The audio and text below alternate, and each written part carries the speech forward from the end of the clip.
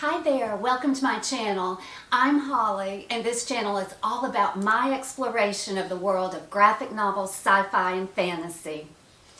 Okay, so I've been reading Kingdom Come by Mark Waid and Alex Ross, and this story is divided into 4 books, and I'll be discussing book 2 in this video, and I'll be linking book 1, so make sure to check that out.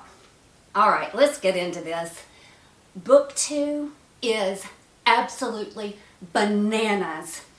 I am telling you, I cannot believe the twists and turns in this particular part of the story. If book 2 was a car and Mark Waid was the driver, well, he just went from 0 to 60 in under 2 seconds. He really put the pedal to the metal. So we still have this story coming from the point of view of Norman McKay, the preacher who's been having these terrible visions of Armageddon. And also, we've still got the angel with him. Now, I'm calling him the angel because he has not been named yet. But the angel is using Norman McKay because he's got the visions. So the angel is using his visions to be able to see all of the events that are going to transpire that lead to Armageddon, ostensibly to put a stop to Armageddon. But I'm going to tell you right now, I'm not so sure about this angel. I don't know if he's good, bad, or neutral. All I can say is that after reading book 2, I trust no one. Everyone is suspect. So it opens up in New York City, and we've got worldwide famine. And even though it's also occurring in the United States, people from all over the world are clamoring to get in. And we've got this new breed of superhero, the metahumans, who are very cruelly and brutally keeping them out because, quite frankly, they're not even able to feed the people in the United States. And so you've got all these factions of metahumans fighting amongst each other. And we have a lot of chaos going on. And then we see this one full page of beautiful illustration of a lot of the members of the Justice League headed up by Superman. They are back together. They are coming back. Perhaps to save the world. I know that that's their intention. And the masses are thrilled, excited, grateful that they are back. But I know what it said at the end of book 1, and I am not excited. In fact, I'm a bit apprehensive. So the Justice League goes to the UN building and holds a press conference. And Superman says, "We made a big mistake. We've been gone too long." And frankly, I can't agree more with that statement. In fact, it's the understatement of the century. What did Superman think was going to happen when all of them had retired? They left a huge vacuum that got filled with some of the most narcissistic, nihilistic, and sadistic metahumans imaginable. Anyway, he goes on to say, hey, our numbers are going to grow, and we're going to restore order. Now, we've got a lot of reporters who are firing all kinds of questions at Superman, but the big question of the day is, what about Magog? And that's my question too. What about Magog? Do you think you're up to facing him after everything that happened in the past? And this is my burning question. I need to know what happened between those two. Norman's vision takes us now inside the UN building where there is this large delegation. And I'm thinking that it's a delegation of different world leaders. And they're listening to this press conference. And guess what? They're not happy about Justice League's return. They are very concerned. And so I'm thinking, why? Wouldn't they be happy? Are they enjoying all of this chaos? Do they have some sort of control over the metahumans? Are the metahumans doing their bidding? So we've got a sprinkle of government intrigue here, which I find very exciting. And so my interest is very high. Speaking of which, if you enjoy this content, I ask that you take a moment to subscribe, hit the like button, share, and stick around for the rest of the video. All right, so now the next vision Norman has is, and I'm loving it, we have the appearance of Lex Luthor, one of my all-time favorite supervillains. Now, of course he's going to be involved. There's chaos. There's a huge crisis. And you know that he is studying this situation from every angle, trying to determine how he can take advantage and how this situation can benefit him. And yes, he has a very nefarious plan. You know, he's mega wealthy, and he has gotten together all of these resources and supplies and water because he is supposed to be sending these out to the starving masses. But he's not ready to do that yet. He has decided he's going to withhold all of this because he wants to intensify the tensions between the humans and the meta-humans to the point where the humans just cannot take it anymore, and they rise up, wrest control from the meta-humans with Lex at the helm, of course. Now, you would think that the return of Superman and the Justice League would throw a wrench in his plans, but he actually can see how their return might also be advantageous to him, and he has an anti-Superman plan. All right, to me, things are really heating up here. We've got government not happy with the Justice League. We've got Lex Luthor with his horrible plans. You know, he's got this unquenchable thirst for power and control. So this is just perfect for him. Now we have Norman's visions taking us with Superman because he says that their ranks are going to increase, and that's how they're going to be able to restore order. So his first plan of action is to go visit his old chum, Bruce Wayne. Now, Bruce is in his Batcave, and he looks rather worse for wear. His legs, his arms, essentially his whole body is being held together by these very odd metal contraptions. Even if Batman wants to rejoin the Justice League, I'm not sure he's physically able to. So we've got both of them together in the Batcave, and Bruce is being all Brucey. He's being gruff, sarcastic, dark, and he essentially lets Superman know that he's not interested in rejoining. And he's really upset with Superman. He says, "You left, I stayed."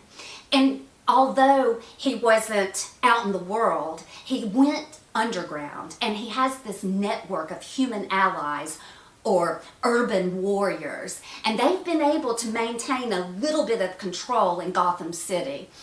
And he looks at Superman and he says, "What you guys are doing, you're going about this all wrong. You can't just barrel into town and knock out everybody's lights. You're going to have to be a little more subtle." And so obviously Superman's a bit disappointed, but he walks away. And when he leaves the Batcave, 3 people emerge from the shadows. And obviously this is part of Batman's network. And they're discussing the Justice League, and they have determined if the Justice League gets involved, the world is doomed. And I'm thinking, how? How is the world going to be doomed? Is this not a wonderful thing to have happen? Are they going to make some enormous mistake? Are the people of the world going to turn on the Justice League? Well, I guess we're going to have to continue reading to find out. So then Superman goes to the ultimate dive bar. And really, I should reword that because that makes it sound cool and fun. Somewhere where you might enjoy shooting some pool or throwing some darts. But no, this place is jam-packed with some of the scummiest looking metahumans imaginable. And so Superman just strides in and he says, "Party's over. You will voluntarily join the Justice League. You will be responsible. You will behave, or you will have to answer to me." Now, I have to say, this does not sound like the Superman I know.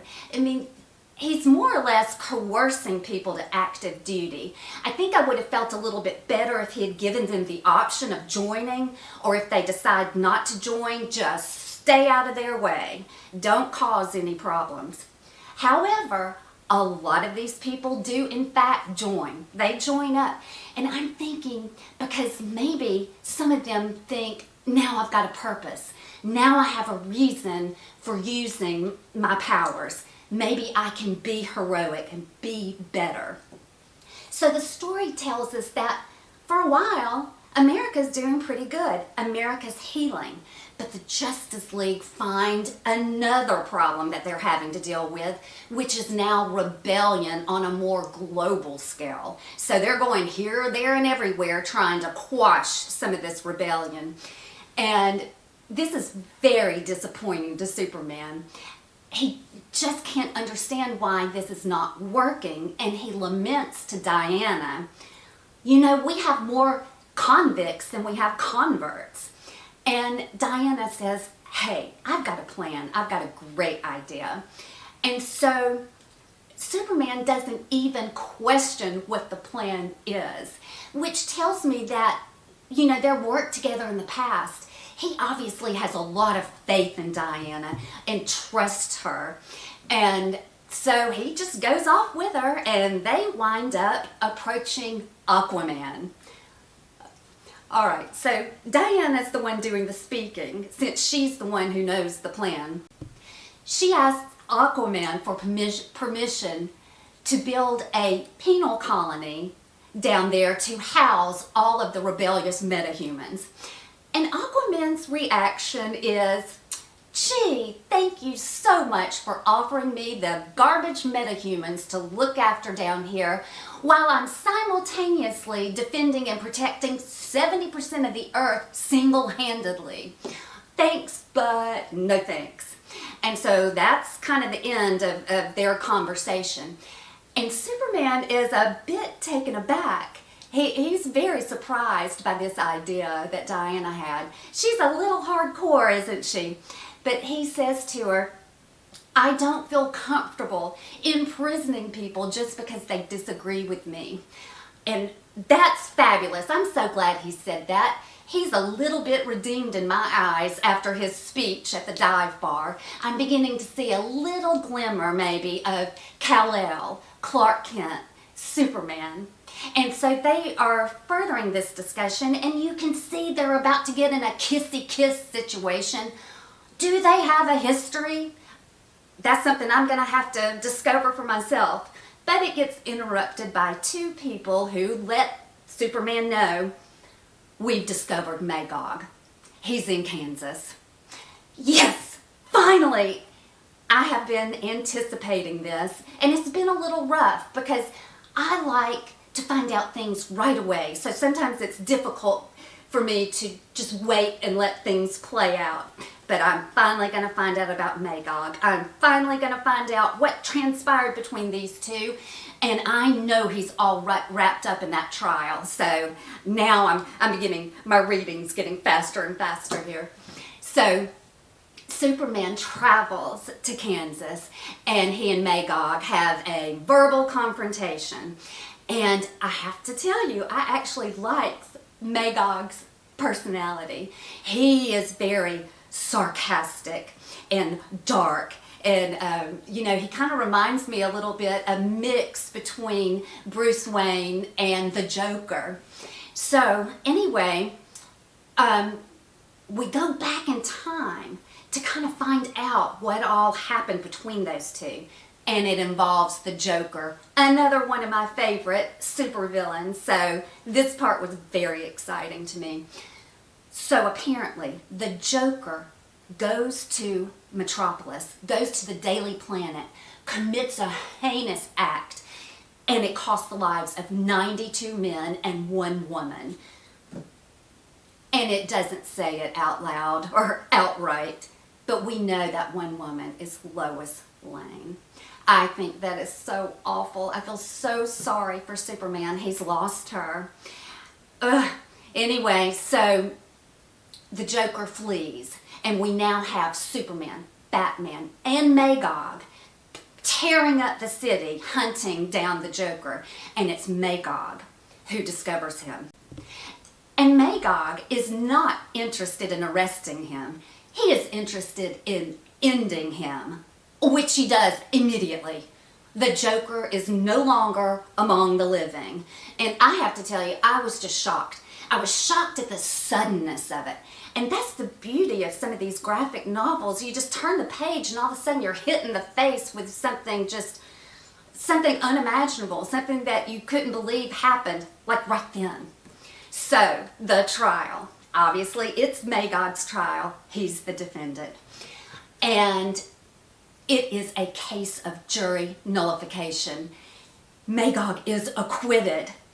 Superman, oh my gosh, I know he is so heartbroken. I think he realized at that point that the people were actually choosing vigilante justice over what he believed to be true justice. And Magog is all puffed up, walking out of that courtroom drunk with victory. And he says to Superman, "You need to pass the torch to me. I need to be Metropolis's #1. And he challenges him to a battle for that title. And, you know, Superman is just done. He is done. He's lost Lois Lane. I think he feels like, I've done everything I can for the people and they don't want me. They've rejected me. They have chosen Magog the vigilante. And so he just flies off, returns to Smallville, and that is where he's been on his farm for the last 10 years. And so now we're kind of jumping back into the present. And Magog says to Superman, "You know, I used to think that you feared me, but I know that's not true. What you fear is what I represent." And Superman, surveying the devastated Kansas field that they are standing in, looks at Magog and asks him, "Are you proud?" And then Magog just loses it. He has a total mental meltdown and he says, "No, I am not proud, and I blame you for everything. There have been so many casualties, and the ghosts of these people haunt me." And then he says, "Arrest me or get rid of me. I don't care." And so that's kind of the end of the Magog story, which I think is absolutely fabulous. The writing with their verbal confrontation was excellent. It was a very enjoyable read. And so I know that Magog could pop up in book 3 or 4. And at this point I'm thinking, oh, what a wonderful way to end book 2. That's perfect. It had so much in it. It had government and Lex Luthor, and I got an appearance from the Joker and Aquaman. I hadn't read anything about Aquaman yet. So I thought that this is fabulous. But no, there's more. Oh my gosh, the last thing, I'm wrapping up here. We are taken to a boardroom with a very delighted Lex Luthor who cannot wait to introduce the latest ally to his cause. It's freaking Batman. Y'all, my jaw hit the floor. I literally had no words. Well, I do have several words, but at that point, I was in utter shock. And I'm thinking, please, please, please, let it be that he's just infiltrating the organization to gather intelligence and undermine anything Lex Luthor would try to do, because the alternative, it is horrifying. the alternative would be that Bruce really believes that the Justice League is going to cause the destruction, the total end of the world, and the only choice he has is to align himself with an evil monster to prevent it from happening. All right, guys. This is so crazy and just so much has happened. Can book 3 get any nuttier? I'm serious. I'm thinking, or more intense. What could possibly happen next? Well, I'll tell you, I am about to finish this up and I'm going to get started reading on book 3 immediately.